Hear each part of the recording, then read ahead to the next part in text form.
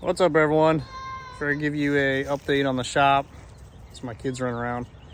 Hopefully you'll be able to start this in the next couple months. So let me flip the camera around here and you can see. So here's the current space. The tree I had to take out. So you can see the orange line runs up to where my trailer is in the existing driveway. So it's going to be an extension. I'll show you that in a second. And I ran out of orange paint, but I'm standing basically on the corner. So the shop is going to be 24 wide by 50 feet long, 1,200 square foot. So to give you an idea, there is the end right over there. So it goes all the way down. You can kind of see that faint orange line.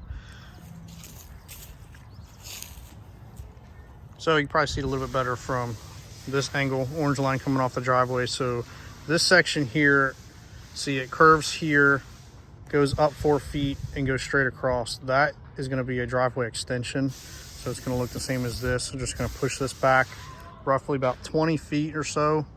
And then you can see it's about 4 feet off the house or so.